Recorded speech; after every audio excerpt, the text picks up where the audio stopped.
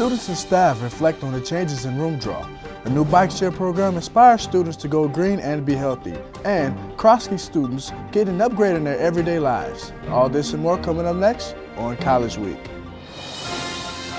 Live from the Jeske Fine Arts Center on the campus of the University of Sioux Falls, this is College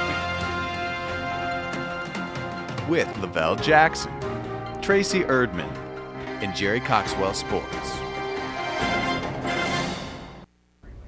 Good morning, I'm Lavelle Jackson. And I'm Tracy Erdman. Thanks for joining us. This past Wednesday, April 22nd, was Earth Day, a nationally recognized day designed to inspire awareness and appreciation for the environment. United States Senator Gaylord Nelson founded it in 1970. Nelson chose this day and this time of year to have maximum participation by colleges and universities because the day does not conflict with final exams and spring breaks. USF did several things to recognize Earth Day, such as dimming the light in the cafeteria in Java City to save energy and reminding students of the things they can do to contribute to bettering the environment. Things like turning off the water when brushing your teeth and taking advantage of USF's improved recycling program are just a few. The University of Sioux Falls Theater Department's latest show is underway. How Long Is Never, Darfur, a response opened this Wednesday on the stage of the Meredith Auditorium. This 90-minute show has a cast of 21 made up of 20 USF students as well as 3 Lincoln High School students. Director Kim Bartling says this is a haunting, beautiful collaborative performance piece, which includes multimedia dance and theater. There are 2 more chances to see the show, tonight at 7:30 p.m. and Sunday at 2 p.m. Seating is limited.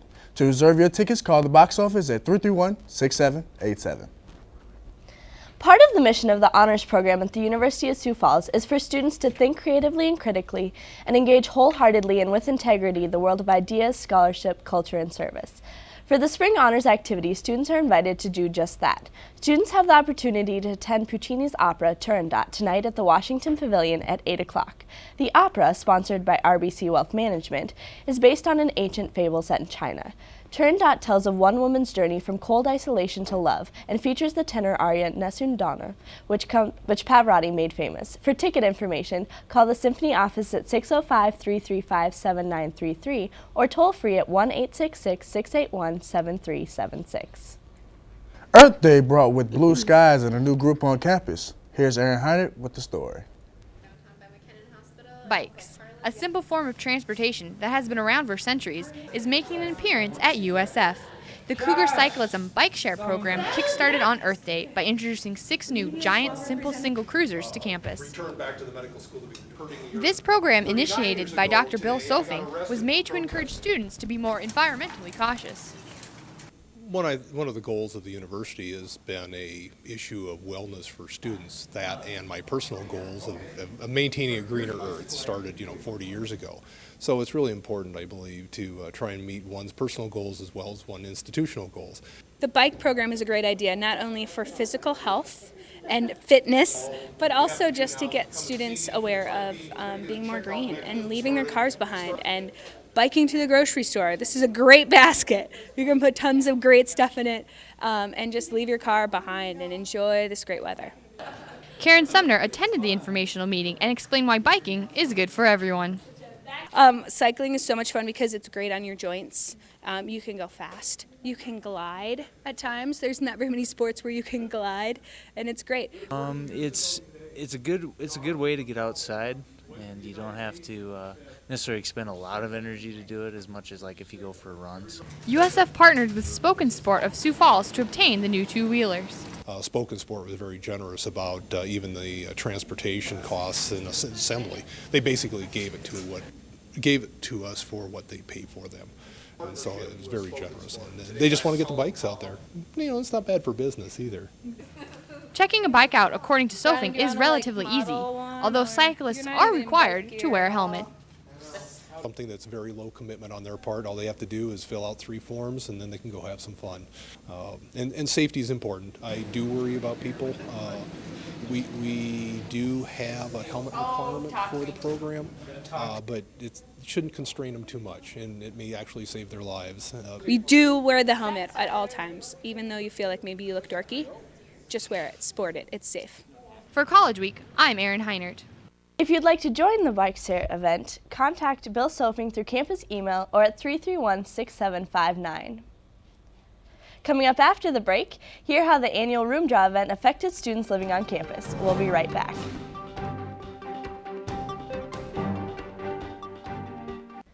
Walk a Mile in Her Shoes is scheduled to be held again this year on Thursday, April 30th at noon. The 15-minute march around campus will start in Java City, allowing all students, males and females, the chance to take a stand on crimes against women, such as sexual assault and relationship violence. Students are encouraged to wear their own high heels or borrow a donated pair from Goodwill Industries. There is no registration fee, and the first 40 participants get a free t-shirt. With limited housing on campus available to students, many flocked to the room draw last week to claim their spots. Here's College Week's Stephanie Chmielewski with a view of the event. All right, listen up. Here's our first person, and it is Mary Shar W. Erickson. So, Mary Shar comes up. She's going to get her name. In order to secure a room for next year, current students are presented with two options. 1, keep their existing room, commonly known as squatting, or 2, attend room draw with their intended roommates and hope that fate was on their side. As rooms quickly dwindled, the excitement for many underclassmen turned to worry. Well, my roommate and I we're just watching the rooms in Sullivan, diminish, and we're just nervous that we won't get one. So we got our fingers crossed. Well, at first it didn't matter at all. We were just here joking around. But then when we realized that the rooms were getting down to like 1 and 2, and we had been called, we're a little nervous because did not want to go back to Burgess. Sweating and everything, ready. It was just crazy. So yeah, it turned out a bit more intense than we expected, but we got the room. We're good. We don't care anymore. Well, I didn't really have a choice as to where I got to live, but I ended up in the place I wanted, so it didn't really affect me. But I could see how it would affect girls because they ran out of rooms pretty fast, so I guess I could see where that would be annoying. With rooms becoming scarce, students had to do some quick thinking on the possibility of not getting the residence hall they wanted. A number of students, unfortunately, not a number, but a portion, don't end up getting the rooms that they want. And so they've got the option of putting their name on a waiting list. Throughout the summer, throughout the beginning of next year, students' plans change. Those that have been assigned rooms sometimes have to step out of that. And so if their name's on the waiting list, we work our hardest to make sure that we get them assigned to a room that works for them. If not, especially our current freshmen, those that are going to be sophomores, sometimes they just have limited options. But we believe it's the fairest way to start with those seniors, juniors, sophomores, and work our way down. I'd be a little upset if I didn't get a room. We had to go back to the freshman dorms again because all of our friends got to the other ones, so that would suck. But you can always make new friends. True. It's easier to stick with the ones you already have. I have no idea. We don't. we're trying to come up with an alternate option. I don't know what I would have done. We probably would have gone with the 3-person room and just hoped we didn't get too random of a room there. Most juniors and seniors are allowed off-campus residency. However, honor students are currently required to live on campus all 4 years. Recently re-elected student president Ronnie Hawkins proposed a measure to allow honor students the same opportunities as the rest of the student body. I'm in the honors program, and so I think that would really be beneficial as far as the diminishing numbers of rooms as opposed to the growing number of freshmen. I would support that just because, why is it that just because you're in honors you have to stay on campus? I mean, that kind of seems unfair. I mean, why? Though some had to settle for second choices, all students were able to secure rooms and finish up the term with hopes for next year. And with that, ladies and gentlemen, Room Draw 2009 is coming to close. For College Week, I'm Stephanie Chmielewski. Petitions to run for the Student Senate became available this past week. With more on the story, here's College Week's Jordan Erickson. At Monday's meeting of the Student Senate, those interested in being senators next year were invited to sit in on a meeting. Corbin Plooster, a sophomore, plans to petition to be on Senate next year. Well, I think being a student senator would be a great opportunity to serve the USF community, both on and off campus students. I know I was really impressed with this year's Student Senate and the work they did with the additions to Java City and several other programs they put into place here at USF.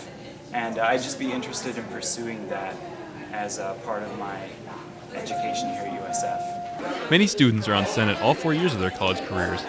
Lauren Parliament and Keegan Warwick are two such The students. thing I've enjoyed the most is getting to know the other senators on campus and being on committees with faculty. And the thing that I hope that they do the most next year is to continue working with faculty and staff here to make them feel welcome, so then like when they leave they actually have support, or when they're here they have support from the students and not just other faculty. So that's the biggest thing, and the other part I would want them is to get more active in clubs. Well, as being a four-year student senator, I've really enjoyed just being involved in the community of USF, just because I like being involved and seeing things done for the students, because that's what I really care about, and that's not some Miss Teen America answer either. I don't know, after I'm gone, I like to see it continue to grow and like help the students, because I mean that's what it's here for. I mean, it's a great way to get involved and just to help with things going on and get your concerns out there. So I like being that voice for them. So. The elected officials for next year are taking their ideas to heart. Next year, I hope that we can use our budget as effectively as we managed to this year. I think it was allocated to clubs correctly and just a lot of different good areas, and I think there were improvements made across campus that are visible to all students. And I hope to see that again next year, because there's improvements to be made every year. So I'm excited to see what happens. This coming year, I would like to see the Senate grow together as a team, and just so you know, everyone within the team, so we can argue well, and that people will feel comfortable bringing up new ideas. And I would also like to see us spend our money well, that we aren't just spending money to spend it. I would like to see the clubs get more involved as well on campus, to spend the money that we've given them and to have fun with the people on campus and make their names known, so that people know who to contact when they want to get into a club. For College Week, I'm Jordan Erickson. The Student Senate recently chose to fund the purchase of newer furniture for the Krosky Residence Hall. For more on this story, we go to College Week's Cami Keys. It's out with the old and in with the new for Krosky Residence Hall. Starting this weekend, students will be able to enjoy the newly added furniture to the third floor lounge. Krosky RA and Student Senator Lauralee Grimius tells us why the updates were needed so badly. Well, right now the furniture, some of it's just stinky. There's also some of the couches you just sink into the middle. So if two people are sitting there, you start to lean towards one another. Or some of it looks like a dog chewed on the edges. So it's kind of ripped up and just needs to be replaced. With the furniture's condition being so poor, Grimius looks for a solution. And so I researched it online just to get a broad price range, because I had never been furniture shopping. And then I brought it to the Senate and asked if we could just put money toward that. And we built a committee and then just went forward with it that way and got money. So. With the funding received from the Student Senate, Grimius tells us what the Senate was looking for in a new furniture set. And so we looked at the things that are going to hold up the longest, not the ones that were really, really, really soft, because those are just going to get trashed sooner. So we found this set that's kind of like a burnt red color, and it's comfortable, and it's going to withstand a lot of moving around on it. With the new furniture purchase, Grimius tells us what to expect once it's all moved in. We found this set that had a couch, a love seat, a chair, and an ottoman. First floor is staying how it is. It's 2.5. We'll be moving half of it out. The yellow couches will be gone. And then most of the furniture up here, well, I guess like half of the pieces will be gone. So we are moving it all to storage for now until the end of the year. For College Week, I'm Cami Keys. Up next on College Week, Joshua Duncan talks with re-elected Student Association President Ronnie Hawkins. We'll be right back.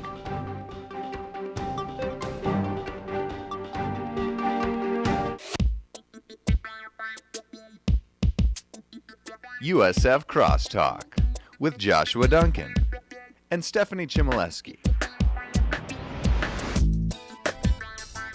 Good morning and welcome to another edition of Crosstalk. I'm Joshua Duncan. This morning we have re-elected Student Association President Ronald Hawkins. How are you doing this morning? Pretty good. I'm doing great, Josh. And let me just say, it's great to be back. Good, good. I'm glad you were reelected, Ronnie. You've been great with the students. You touched my heart. Good, good. So tell us, what have you been up to in the Senate since you've been reelected? Well, actually, right now we're in the middle of putting together our Senate for next year. We've distributed petitions out over the whole school. We currently have like 45 petitions out for a little bit over 20 spots. So right now we're just trying to get a good Senate for next year, trying to encourage people to run who I think will do a great job, and so that's what we've been up to. Now, who's eligible to run for Senate, and how do they do that? Anyone that is a full-time student for next fall and spring, so taking more than 12 credit hours and has a 2.0 GPA is eligible to run to be on Student Senate. So, they do that by picking up petitions at the Senate office, and then they go around and they have 50 signatures from people in the student body, and then they turn it in, and then they're eligible to run. And if we have more candidates than positions for some spots, then we hold elections for those spots. Okay. So when do elections take place? Elections would take place next Wednesday through Friday. That would be April 29th through May 1st. Okay, great, great. So tell us, something's a little bit different about your presidency this year. I believe you have a different vice president. I do. Lauren and Carrie, who were my vice president and secretary treasurer this year, respectively, are both graduating. So I had to find two new people that wanted to be executives with me next year when I ran. And Laura Lee Grimius was basically at the top of my list all year when I was thinking about it. She's been basically a solid rock on Senate for 3 years. Her name's all over the minutes. She's always bringing different projects and things to the Senate, so that's great. And then Ashley Maturin, who will be our Secretary Treasurer next year, has 1 year on the Senate, and she's done an amazing job, and I know she'll do a great job next year as well. So what's your team's plan for next year, as far as what are they for the students and the school? Well, right now we're looking at trying to get the Academic Success Center open until 9 p.m. so we can add more kind of fun things to Java City, make it a little bit more of a hangout place. We're also looking at extending interviz hours in the morning and both at nights. We're also looking at putting some more money into academic projects and things like that. So just those are some of the things we're working on. It's always kind of hard to tell which projects we'll go through and which ones won't, because there's different channels you have to go through. So as far as like big projects, it's kind of like a wait and see attitude with it, but we're looking over some right now. So I know right now you guys are doing a test run on the extended intervisitation hours. How's that going? Well, actually, we're hoping to start that next week. Okay.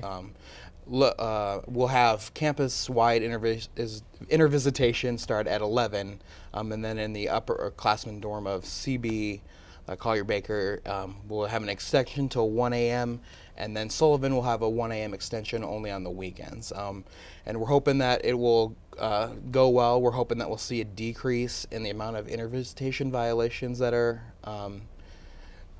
people that are written up. We're hoping that'll go down and that it'll be successful, and that's, when we go to student development at the end of the year and look at this, we can say, yeah, let's make this permanent for next year, and maybe even add on to what we're test running right now. So that's good. So Ronnie, I know there's a open forum that's coming up for students to talk with Dr. Benno. When is that? It is next Monday, April 27th at 9 p.m. Now, what's that going to be about? Well, basically, he's just going to answer some questions and kind of give a campus update about some of the decisions that the Board of Trustees and the Foundation Board of Directors made last Friday.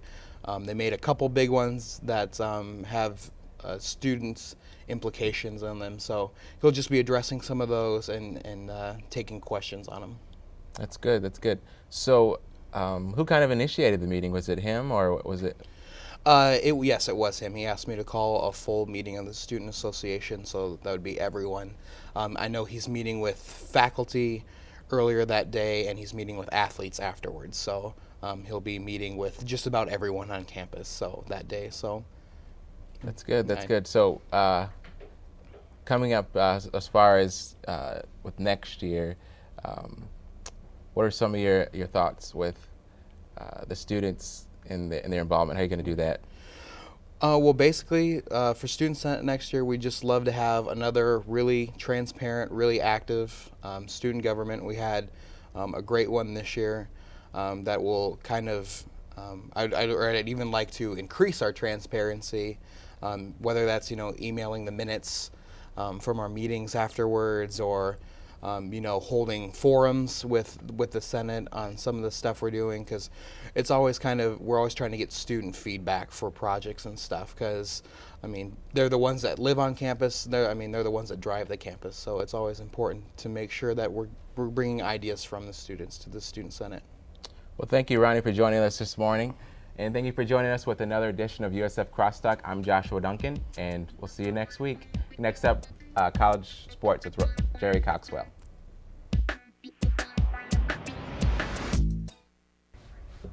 And now it's time for sports with College Week sports reporter Jerry Coxwell. So, Jerry, what's going on in the Cougar Nation? Golf and tennis seasons are starting to wind down. Okay.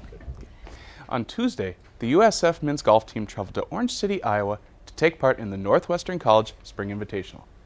It was a strong effort for the Cougars as their number one team finished second, score of 298, only 6 shots behind winner Dordt College, 292, while the number 2 squad finished fourth overall with a score of 304. It was a 3-way tie for the best team individual score as Kyle Schock, Tom Thompson, and Shea Schultenberg each finished with a 73. Next up for the Cougars is their season finale as they gear up for the 4th and final GPAC qualifying event, which will be held in Sioux City, Iowa. First swing will be next Tuesday, April 28th, with time yet to be determined. And now to tennis. It has been another amazing season for the USF women's tennis team, and they continued their dominating play on Tuesday, running over Morningside College 8-1 in Sioux City, Iowa. With the victory, the Cougars improved to 10-5 on the season and are still undefeated 6-0 in GPAC action. Jenny Llewellyn, a transfer from Seattle, Washington, defeated Laura Gildemeister in straight sets 6-0, 6-0. Laura Osterloo, Megan Klein, and Samantha Hafke also earned impressive victories in the afternoon. Next up for the Cougars are the regular season finales, a home match against Midland Lutheran on Saturday at 1, and then, in essentially what will decide the GPAC title, a trip to Lincoln, Nebraska to face rival Nebraska Wesleyan on Sunday beginning at noon. And that's sports for today. Thank you, Jerry. Thanks, Jerry. You're welcome. The Athletic Awards Banquet was held last Thursday in the Stewart Center. The event celebrated the Cougar football team winning the national title. Here's Lavelle with a first-hand look at the event. The University of Sioux Falls Cougar football team were awarded their championship rings this past Thursday here in the Stewart Center. All student athletes were in attendance, as well as all amazing Cougar fan supports. Along with fans and supporters, the event featured a keynote speaker, former USF head football coach Bob Young. Winners win because what? That's what winners do. Congratulations again, and God bless you all, and we'll expect to see you down in Rome again next year, okay? Thank you. Athletic Director Willie Sanchez then took the podium, thanking those who made donations for the championship ring. And to have Kalen and his staff continue this is certainly special. Before the ring ceremony, players received individual honors in specific categories, including defensive and offensive MVP, as well as team MVP. Following the individual accolades, the team was then presented the national championship rings, putting the perfect finish to a perfect season.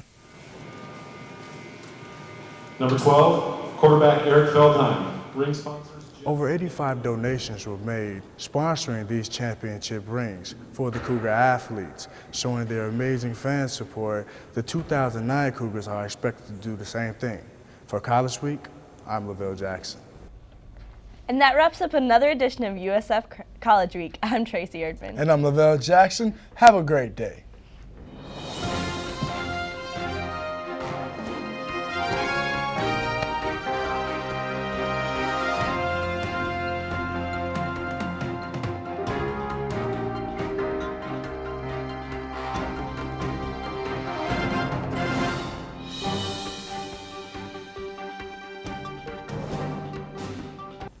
After this year's spring formal, Student Activities has decided to host a post party for students, which brings us to a new segment we like to call Really with Dan and Mary.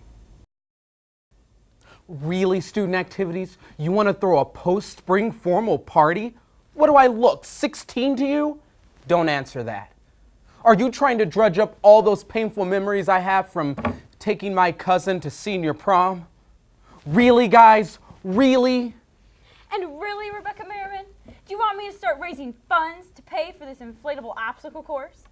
Really, do you think I want to pull my groin jumping up onto a Velcro wall? Because I don't, really. Really? Post parties weren't even fun in high school. They were awkward. Don't you think we're a little more mature than that? Really, guys? Really? And really, Alex Heinert, is your mother coming all the way from West River to bake us pancakes in the morning? No. But if she is, I want blueberries. Me too. And if she's not, I'm not going. Really? Really? Wow. This has been Really? Really? With Dan and Mary. Seriously. Oh my goodness, are you kidding me?